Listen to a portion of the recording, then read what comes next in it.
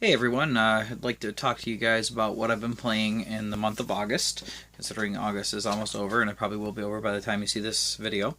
But just like last month, when I told you what I was playing and Megan told you what she was playing, we kind of want to make this a regular thing just so you can see what kind of games we're playing and what our thoughts are on some, because we play a mix of old and new. So this is just going to be the second installment of what I've been playing. So stay tuned, and I'll show you what I've been playing.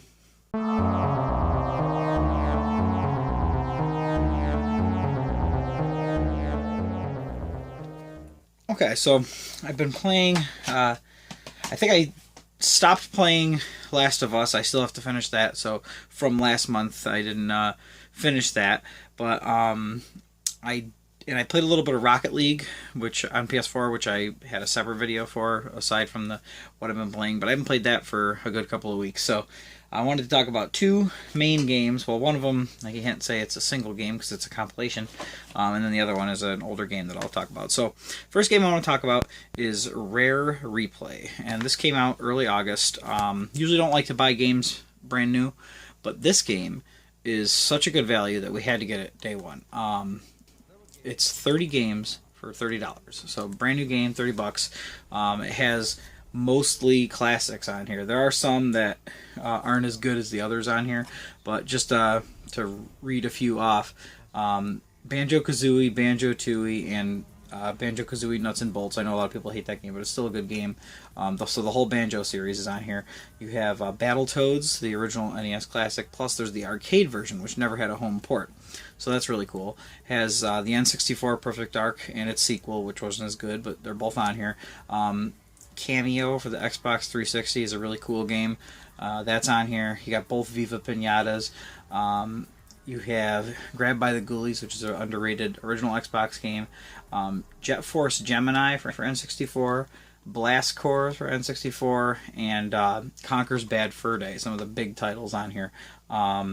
You have some older games from the NES era. I already mentioned Battletoads, but there's RC Pro-Am 1 and 2. It's pretty cool because I didn't play too much. And then there's some older games on the compilation that I'm not really a fan of. I definitely enjoy a good classic game from before my time. I mean, Space Invaders is one of my favorite games of all time.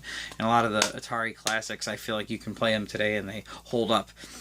These might be considered classics on or from the people who grew up playing these, and maybe at the time they were mind-blowing, but the pre-NES games on here really just don't do it for me. I tried to give them all a chance.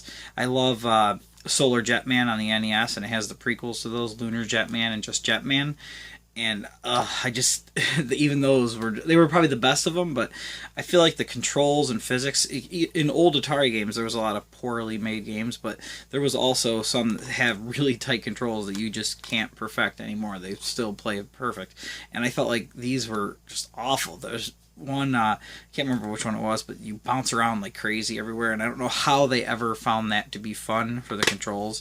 It's not something I even want to master, but apparently some people can do well in that game. And then there's a couple other ones that just have a weird perspective, and you know, I don't have a problem with old graphics, but the perspective just threw me off in a couple of them, just because they looked, I don't know, the art direction wasn't there yet, you know. Even a simple game like Space Invaders, very, very huge pixels, and that's pretty much all it is, but you can still tell what are the enemies, what your tank is, and your bullets are clear as day. So old games like that I can enjoy. But I wanted to talk about not only were those, you know, this compilation as a whole just as a great value, but I wanted to focus actually on Conker's Bad Fur Day, because I've been playing that actually for the first time.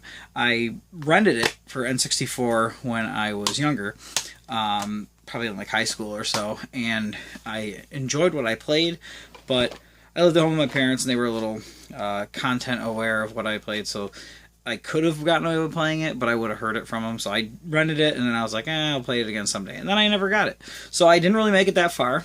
And I'm a huge, huge fan of Banjo-Kazooie and Banjo-Tooie to a lesser degree.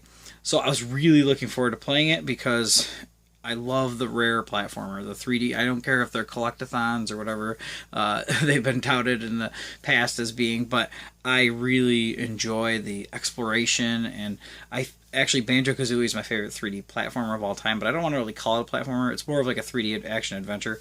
I like the adventure aspect of it because you really felt like you were exploring these worlds. They were so detailed, and so I was looking forward to Conquer because it was more of that classic rare 3D adventure game that I was looking for.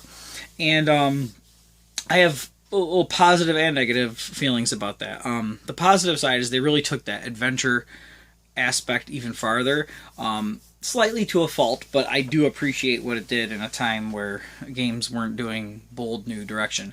We all know the game has, R-rated content. It's funny, it's got toilet humor and everything. But what I felt was really interesting as I've been playing through it is that the game is very open. There's no set levels. Even Banjo-Kazooie, you'd go into a world within the overworld map, similar to Mario 64 having the castle as the overworld. You had Gruntilda's lair in Banjo-Kazooie, but in Conquer, it's kind of just like this interconnected world, not quite an open world, I'd say, but just kind of this area that you can explore, and it just gets bigger, and the more you play, you unlock more areas, and you're just like, wow, I didn't know this game got so vast. And it really is a testament to what they did to push the N64. I can tell that it's, at the time, it was probably really pushing the N64 to its limits, and I'm pretty sure it didn't even use the expansion pack. So just on its own, it was a huge game. But at the same time, I feel it lost, and maybe this was just because they were trying to make it such a huge game. I feel like the controls are nowhere near as tight as the Banjo games. The moves you do and stuff are all there. There's like a hovering helicopter tail thing you do that would be like the double jump glide from Banjo-Kazooie, but there's like a delay in it a little bit. And I remember this when I played the N64 one. It just felt a little laggy. And this is really a one-for-one port on the Xbox One. But I don't know. I feel it does have cleaned up graphics, which is cool. It's like 1080p sharp, but none of the assets have changed, so it's still the classic game, which is kind of what I wanted to play. I have Conquer Live and Reloaded for the Xbox, which, if you don't know, is the remake sequel. Not really a sequel. The multiplayer was kind of a new thing, but it was a remake with better graphics on the original Xbox, and I'm going to be playing through that eventually because it definitely looks like they improved on it and everything. But I don't know. I feel like the controls were a little disappointing. It led to a lot of deaths that I had to really try again to nail the controls on, and it just never happened to me on Banjo-Kazooie, and I feel that it wasn't just like a challenge. Like, the challenge is there. It's definitely a harder game than that, but I feel like it was definitely a flaw in the way the game was designed. It doesn't feel as good. Another thing I really have never been a fan of, even since the beginning. I love the writing and the characters. They're just so quirky and weird. And of course the gross out humor and the swearing and stuff is pretty funny we're seeing out of these cartoony characters. But the voice acting quality, it's probably because of the N64 super downsampled voice clips, just sound weird. And sometimes I feel it's not just that low quality. I feel like the delivery isn't as right. I played through a little bit of the Xbox remake, and the dialogue was the same, but it was a little snappier. I don't know, it just feels really slow and deliberate. But that's pretty much all I have negatively to say. I pretty much think overall the game definitely is a classic. It's really neat how it changes up the gameplay constantly. It's you're in one place for a while, and next thing you know, you're just in this new area, and it parodies a bunch of things. It has just variety in the backgrounds and the settings. It's really cool. I really like everything you encounter along the way is like a new thing that I guess maybe one more negative. Some of the stuff is very obtuse when you first get to it, like to figure out how to solve. For instance, like some of the bosses or some of the areas, where to go next. I like when a game doesn't hold your hand, but at the same time, there were some parts that were just so deliberately slow and weird and trying to find, and I'm like, oh, that's how you do it. But I still like it overall, even with those flaws. I think that, I don't know, it's just a really cool game. Another thing I gotta mention is there's one part in the game where you go into a caveman nightclub, or it's in the caveman era, but there's like these rock bouncers made out of rock and everything, and you go in there and this little techno beat's playing, and it starts building up layer by layer, and the song's really awesome. I was like, me and Megan were just like, oh my gosh, this is I'm actually bopping my head to it, and the quality is a lot better than some of the other music you'd hear on N64. And if you're not a fan of electronic dance music, then you probably wouldn't appreciate the song like I do, but I was just really digging it when I played through.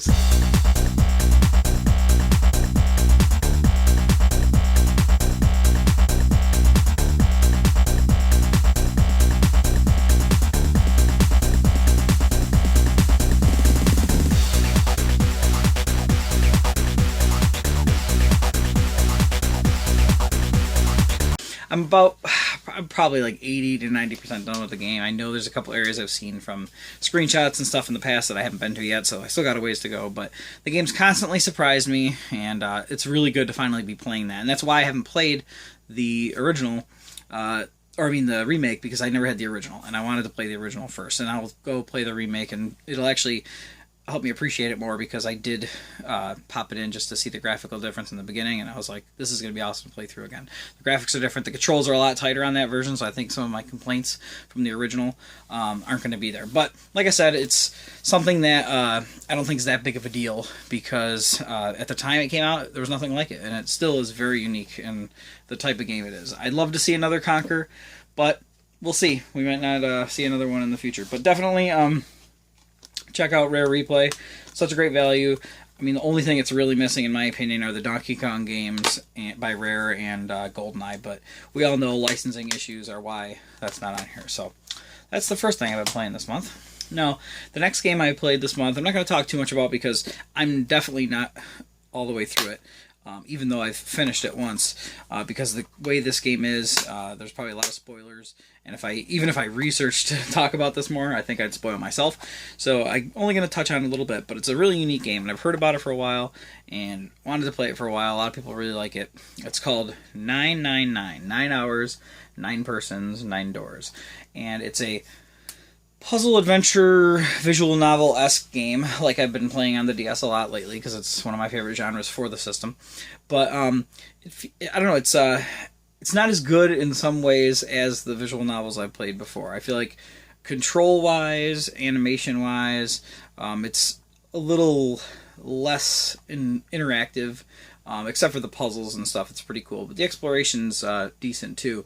But basically the game is kind of like, just to say it in a non-spoilery way, it's kind of like, if you've ever seen the Saw movies, or if you haven't, I'll describe. You are plopped into a mysterious situation where your life is on the line, and you have to find out how to escape.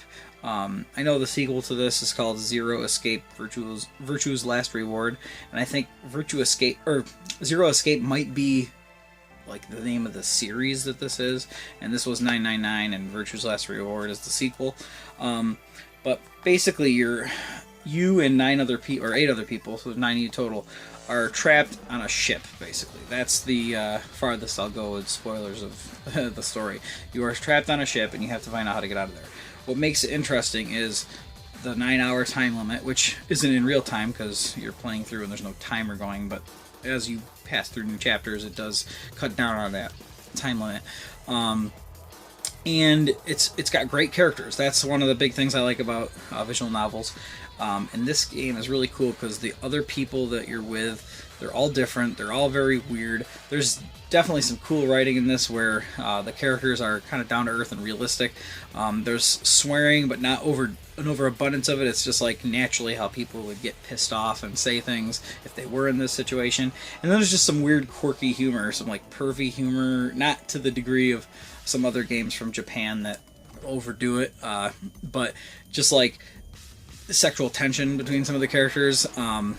The one character that is really pervy is this dancer girl, and she's like half dressed.